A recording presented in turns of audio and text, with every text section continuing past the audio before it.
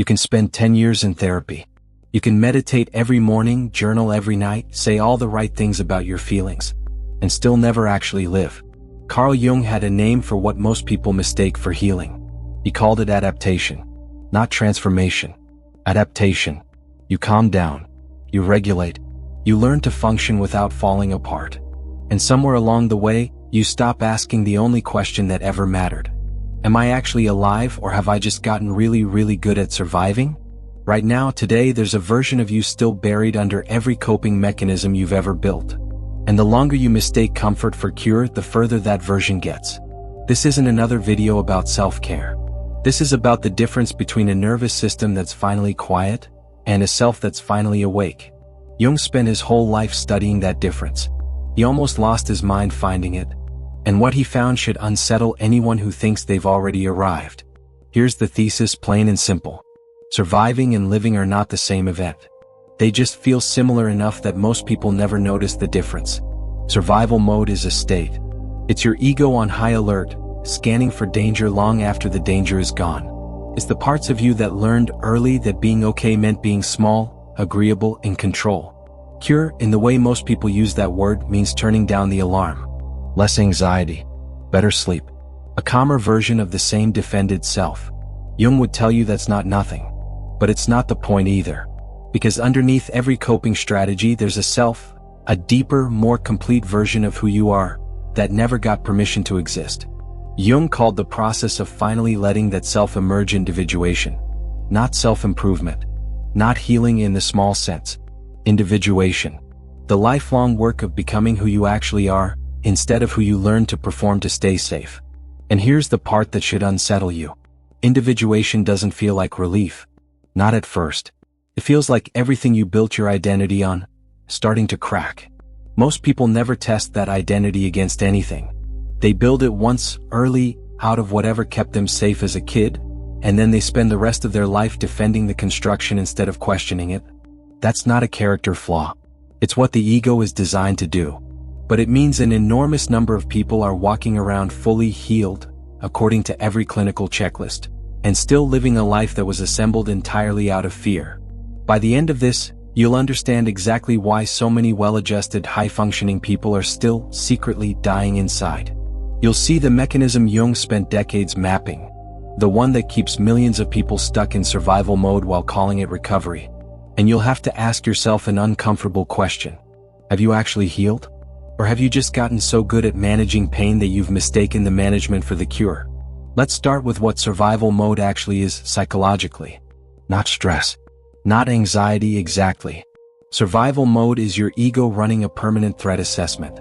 Jung called the ego a complex, a cluster of thoughts, memories and self-images organized around one job, protecting your sense of identity. When that job takes over completely, the ego stops serving you. It starts ruling you. Every decision gets filtered through one silent question. Is this safe? Not, is this true? Is this meaningful? Is this mine? Just, is this safe? Jung saw this constantly in his clinical work, in patients who weren't in crisis. They weren't falling apart. They were succeeding, functioning, managing, and privately hollowed out. He noticed something specific about the way these patients presented themselves to the world. A face, a performance. He borrowed a word from Greek theater for it, persona, the mask an actor wore to play a role. Except most people forget it's a mask. They think it's them. The persona develops early as armor. You learn which version of yourself gets approval, safety, love, and you build a life around performing that version permanently. Hypervigilance is what happens when the ego and the persona fuse into a single defensive system. You're not just protecting your body anymore. You're protecting an image. And an image has to be maintained constantly, which is exhausting in a way that never quite announces itself as exhausting. It just feels like being responsible, being mature, being fine. Think about the parts of you that never fully relax. The parts that read a room before you walk into it, that rehearse conversations before they happen, that apologize before anyone's even upset. That's not personality. That's a nervous system stuck in defense, wearing a very convincing mask of competence. Other people will call you reliable, steady, low maintenance, easy. They have no idea how much machinery it takes to look that easy hour after hour, year after year. And here's the mechanism most people miss completely. The better you get at performing safety, the less you ever have to face what you're actually afraid of. Which sounds like winning. It's not. It's a very sophisticated way of never showing up. Notice how the most put-together people you know are often the hardest to actually reach. Not cold necessarily. Just unavailable past a certain point in a way that's polite enough you never quite name it. That unavailability is the persona doing exactly what it was built to do. Guarding the door. Jung would ask you to consider what, specifically, it's guarding. Because underneath that mask, Jung believed there's something waiting. Something the persona was built specifically to keep hidden. And it doesn't go away just because you've gotten good at pretending it isn't there. So why did healing get reduced to comfort in the first place? Partly because comfort is measurable. Symptoms are measurable. You can count how many panic attacks someone has in a month. You can't count how much someone is actually living. Modern therapeutic culture, for all the good it's done, grew up around a simple goal. Reduce suffering. Which is a completely reasonable goal for treating trauma, for stabilizing a crisis. But Jung worked with something different. He worked with patients who weren't in crisis at all. Financially secure, socially successful, symptom-free, and completely stuck. He described this as a very particular kind of suffering, one that doesn't show up on a checklist. You won't find it in a diagnostic manual because it isn't a disorder. It's closer to a quiet, chronic mismatch between the life someone is living and the life they were actually built for. Not the suffering of poverty or danger. The suffering of a life lived entirely on the surface. People who had achieved every marker of adjustment and felt like strangers inside their own lives. Jung didn't think their problem was a lack of coping skills. He thought their problem was that coping had become the entire project. They built extremely functional lives around identities that were never really theirs to begin with. And once that identity is stable enough, comfortable enough, socially rewarded enough, there's very little incentive to question it. Why would you tear down a house that's finally stopped leaking? Even if you built it on land that was never yours. Most people don't individuate because most people are never in enough visible pain to be pushed toward it. They're comfortable enough to stay and just uncomfortable enough, quietly, to never quite call it a life. This is where cure quietly becomes the enemy of individuation. Because cure, in the shallow sense, optimizes for stability. And individuation requires instability, on purpose, temporarily, as the price of becoming whole. Nobody markets that. Nobody puts temporary psychological instability in a wellness ad. So the culture defaults to what sells: calm, regulation, resilience. All real. All useful. And all, according to Jung, capable of becoming a very sophisticated hiding place. Think about how often, "I'm doing so much better," gets said by someone who's simply stopped expecting anything more from their life. Better isn't the same as whole. Regulated isn't the same as awake. A person can go from 10 panic attacks a week to 0, and still never once ask what all that panic was actually protecting them from feeling. The absence of a symptom is not proof of a life reclaimed. Sometimes it's just proof the defense is finally won. Which raises the question nobody wants to sit with. If your calm was built to avoid something, what exactly is it avoiding? Here's the distinction Jung spent his entire career trying to make people understand. Symptom relief and individuation are not the same project. They can even work against each other. Symptom relief asks, how do we make the pain stop? Individuation asks a much more dangerous question. What is the pain trying to tell you? For Jung, a symptom wasn't just a malfunction. It was a message from a part of the psyche that had been ignored for too long. Anxiety, insomnia, a chronic low-grade sense that something's wrong. He saw these sometimes as the unconscious trying to get your attention because the conscious personality had gotten too narrow, too rigid, too performed to survive without a correction. You can medicate a message. You can regulate it into silence. But the thing sending it doesn't disappear. It just goes underground. Jung had direct experience with this, and it wasn't theoretical. After his break with Freud, he went through several years where his own psyche seemed to be coming apart, vivid waking visions, dreams he couldn't explain, a period he later called his confrontation with the unconscious. He could have pathologized it, suppressed it, called it a breakdown and waited for it to pass. Instead, he did something almost nobody does. He let it happen deliberately and started recording every image, every voice, every figure that emerged, a process that eventually became what's known as his Red Book. That period nearly cost him his career, his reputation, possibly his sanity. Colleagues worried about him. He kept working anyway, seeing patients by day, descending into that inner material by night, refusing to simply medicate the disturbance away or explain it into something safer. And it became the foundation for almost everything he discovered about the unconscious afterward. That's individuation in its rawest form.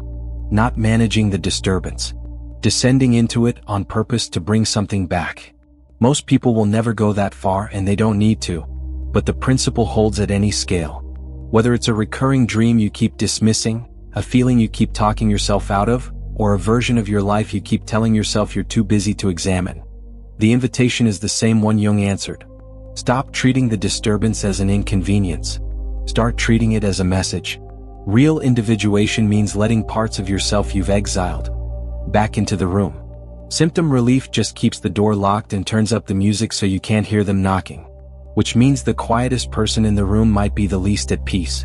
And the most disturbed looking one might finally be getting somewhere real. Before we go further, sit with something for a second.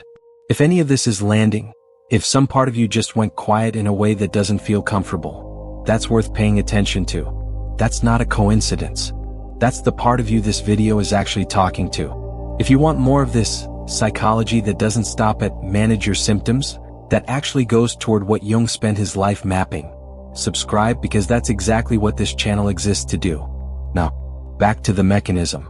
Because so far we've only covered why survival mode forms. We haven't covered why it's so hard to leave. This is where the shadow comes in. Jung's most famous concept, and also his most misunderstood. People hear shadow and think evil, some secret villain hiding inside them. That's not quite it. The shadow is simpler and more uncomfortable than that. It's everything about you that got rejected on the way to building your persona. Anger you were taught was dangerous. Ambition you were taught was arrogant. Grief you were taught was weakness. Desire you were taught was shameful. None of it disappears just because it got rejected. It goes underground into what Jung called the personal unconscious, and it keeps operating from down there, usually by making you react disproportionately to other people who display exactly what you buried. That colleague who triggers you for no clear reason. That trait in someone else that makes your skin crawl. Jung's theory was blunt about this.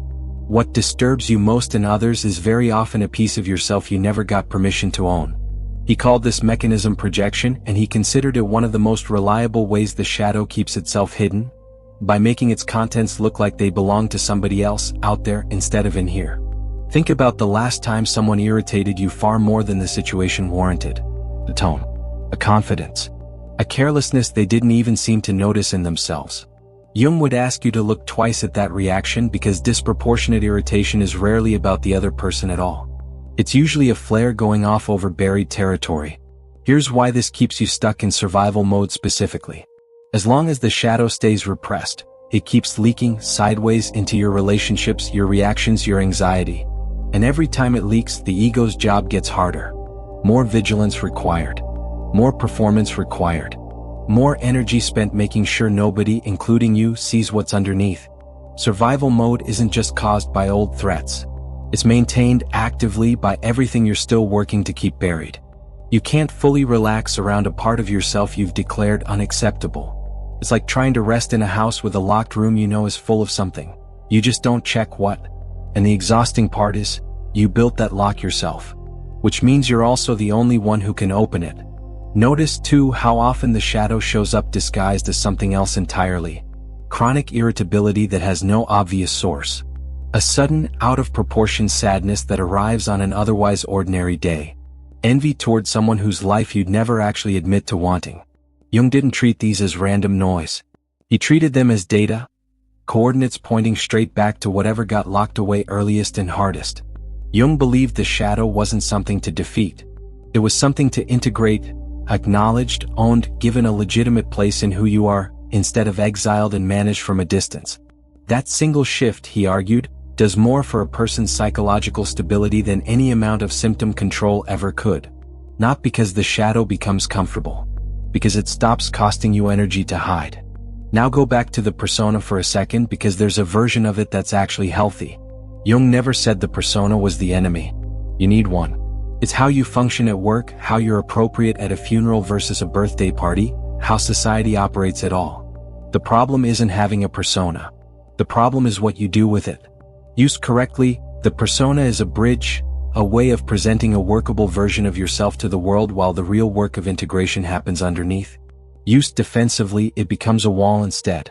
A shield you hide behind so completely that even you start to believe it's the whole story. Here's how you tell the difference in real life. A bridge persona flexes. It can drop in the right context with the right person, and something more raw is still there underneath, waiting. A shield persona can't drop. Not even alone, not even in private, not even in your own head at 3 in the morning.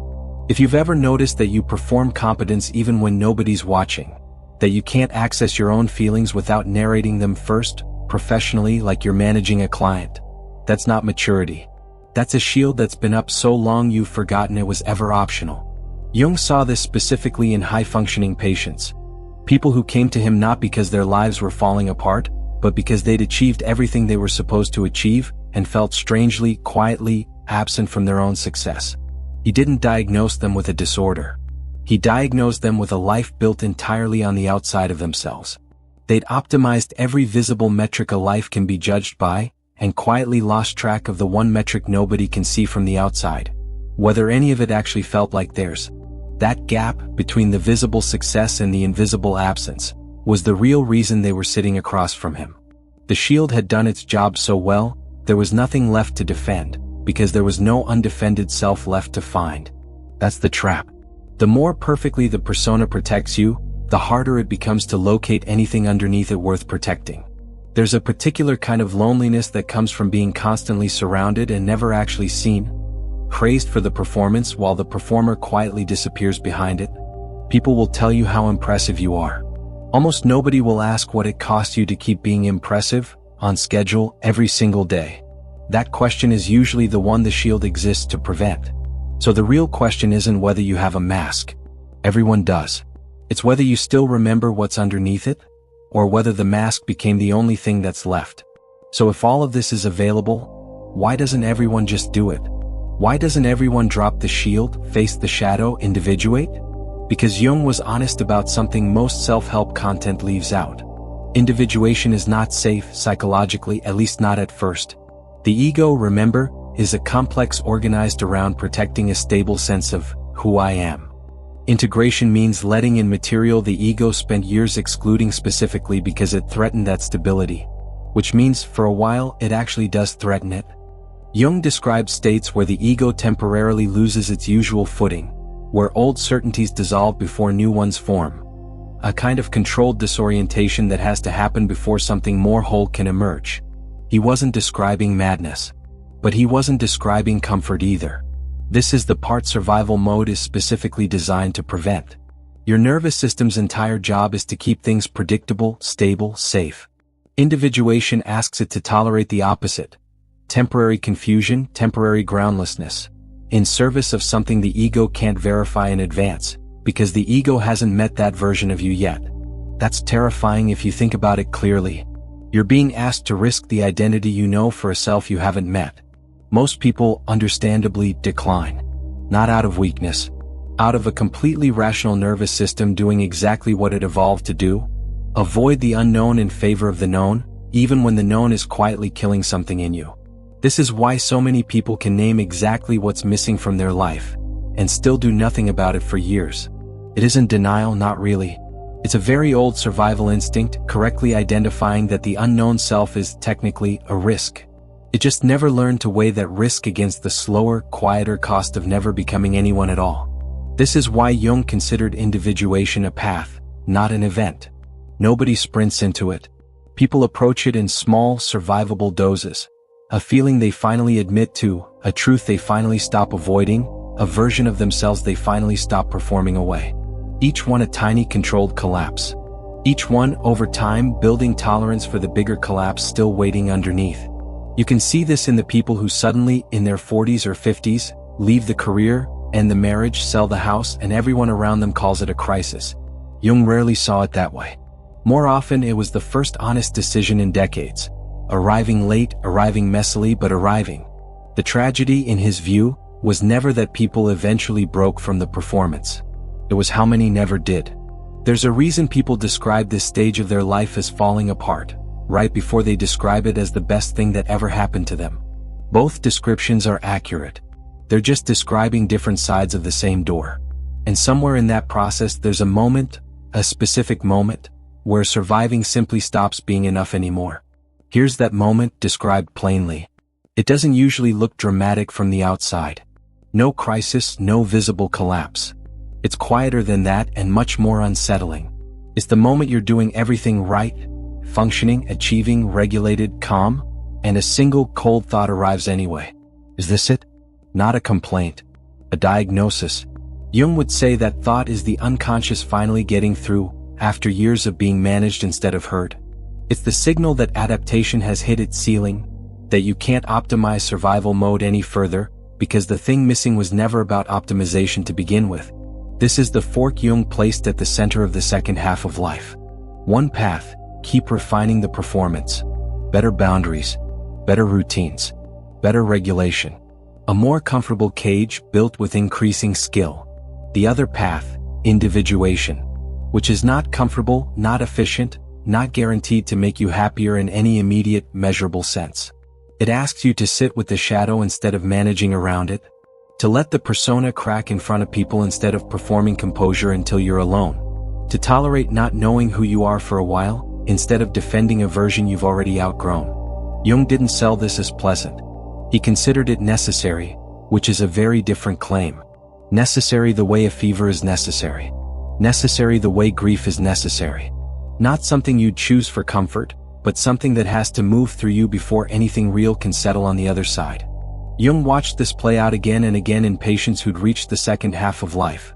The ones who kept doing more of what had worked in their 20s and found it working less and less, no matter how hard they applied it. He didn't see that as failure. He saw it as the psyche refusing to keep cooperating with a version of them it had already outgrown. So here are the signs plainly that you're surviving and not living. A life that looks complete from the outside and feels strangely optional from the inside. Hyper-control over your emotions, mistaken for maturity. An almost complete absence of anything you'd call purpose, buried under a full calendar. Relationships where you're endlessly useful and almost never known. A persona so well-maintained you've genuinely forgotten what's underneath it. A recurring low hum of restlessness that no achievement seems to quiet for long. The sense that you're performing your own life for an audience, even when you're completely alone. None of that means you're broken. It means you've been extremely successful at surviving, which was never, according to Jung, the same thing as living. And the moment you finally see that difference clearly, you can't unsee it.